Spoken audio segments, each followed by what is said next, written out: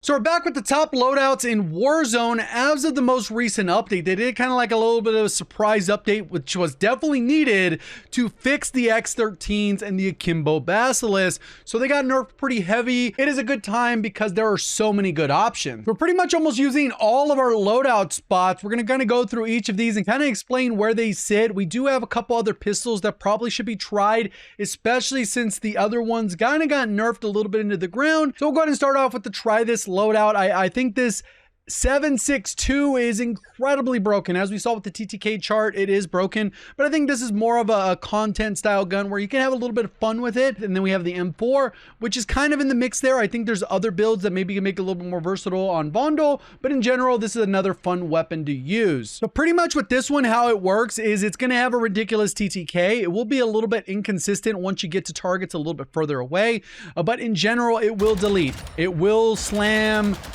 targets, and when you are good at hitting the shots, you will melt the target. So that is one thing to be aware of when it comes to the 762. Will you get death comms that say, what the heck was that? Yes, that is 100% this. I don't necessarily think it'll get nerfed because I don't think it'll get popularized. Maybe today it will, but in general, I think it's in a good spot. And then we got the XM, then we got the M4, which you can kind of see how it's built out. It's going to be kind of set up, very low recoil.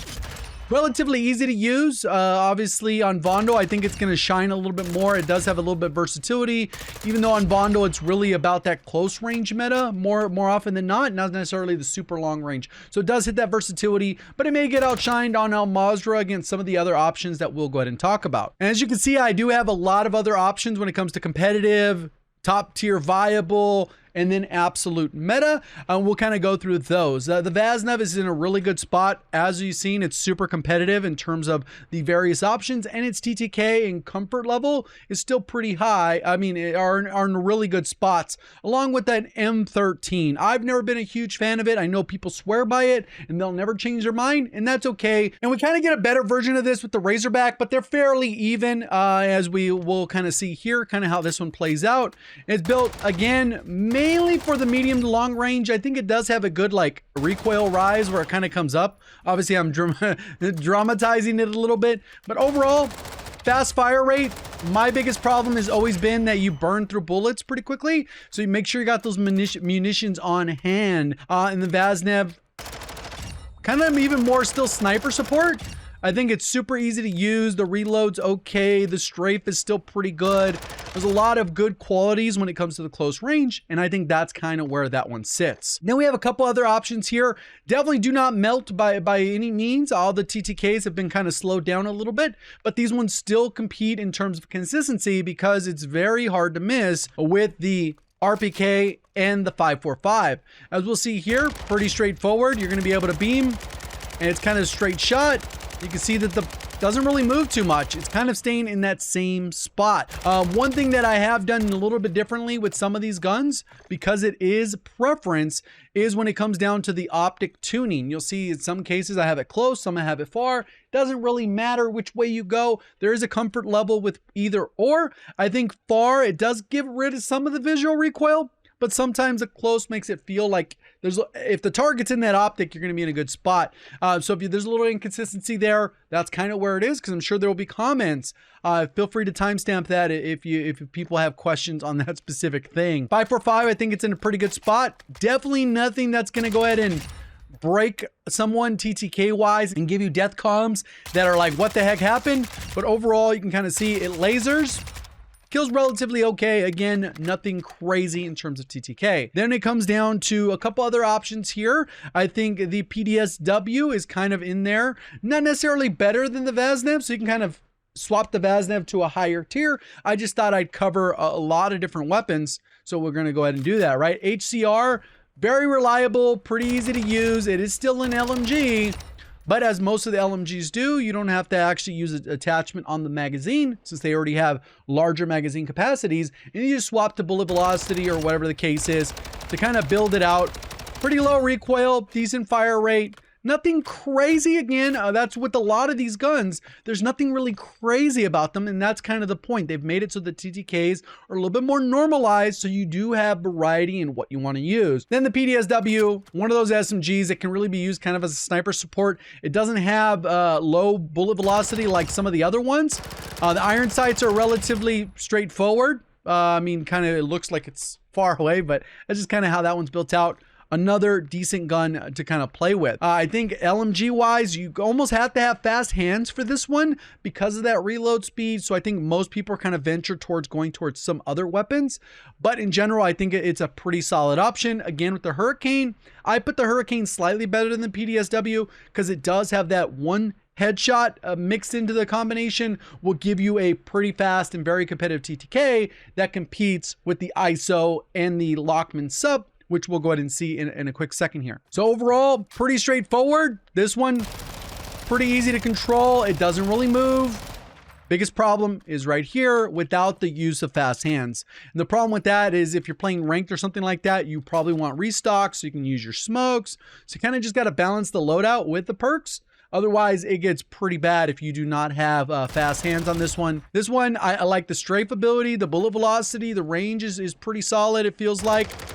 And overall, it feels like an M4. So pretty straightforward, something different. It's great off floor loot too. Keeping in mind that the TTKs, it's important when you're choosing your floor loot weapons because obviously if a floor loot has better TTK, that's kind of how you're going to go with. So there's a lot of top tier viable as well. We got the Hemlock, which kind of come back into it. I think I wish it had 60 round mag instead of the 45. I think that's one of its main drawbacks because it does struggle with damage per mag, and particularly if it has 60 round, it would not struggle as much with damage per mag.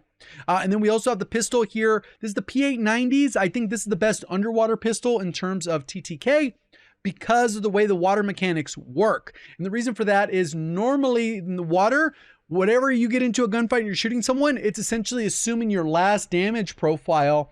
And this one benefits the most from that because it doesn't fall off into nothingness. The biggest drawback with this one is it only has a 12 round mag. So you got to kind of factor that in there, but we will have another pistol for you because you kind of are limited on options. So as you can see with this one, pretty straightforward, not much recoil kind of at all. You can see I'm kind of staying just to the right of the target, kind of so I can fire the whole mag. But we're firing right here, we take it out, and then we kind of stay in the same spot. So we go ahead and drift it over.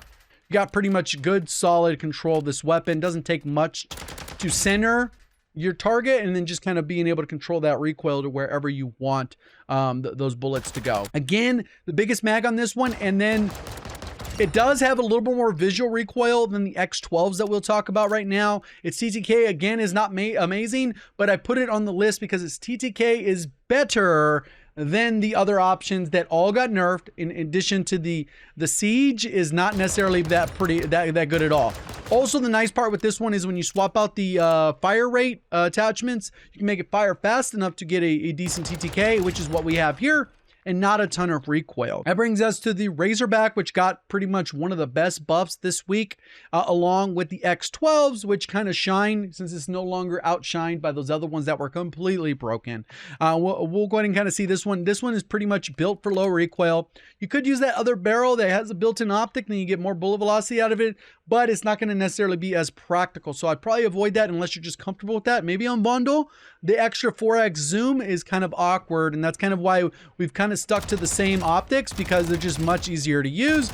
And as you can see, this one doesn't like move around that much. A lot like an M13. It's kind of how it goes. And this one, even without adjusting for recoil, it doesn't move. The problem with this one, though, it has a little bit of a higher skill gap in terms of fire rate. Most people will struggle to hit the max trigger cap, which is a little over 500. I think most people sit around 440 to 480 at the top end, but in small bursts, you can get that fire rate and it will allow you to stay on target. You don't have to overcorrect. Aim assist will probably help out even more. And this one is a very good option. It has a 50 round mag in addition to the 33 round mag. And it'll be a great option underwater as well because the damage drop off isn't nearly as high as some of the other pistols, with the exception of the P890s that we already talked about. And you can see it kind of hits those targets, and it does have the ability to hit those targets even at the furthest range, just 50 meters, without really adjusting for much recoil. And that brings us to kind of where the meta has been for a little bit. I've mentioned the TAC-V in the past. Now with the nerf of the Cronen, it's kind of brought the TAC-V into the equation a little bit more to the forefront, but that really hasn't changed much. And then we have the iron sight ISO. You can also run an optic. I know a lot of people tend to do that. My preference is that too. It gets a little bit wonky though with some of the attachments. They're just better options when you can use all 5 attachments for non-optics. I do like an optic on the TAC-V.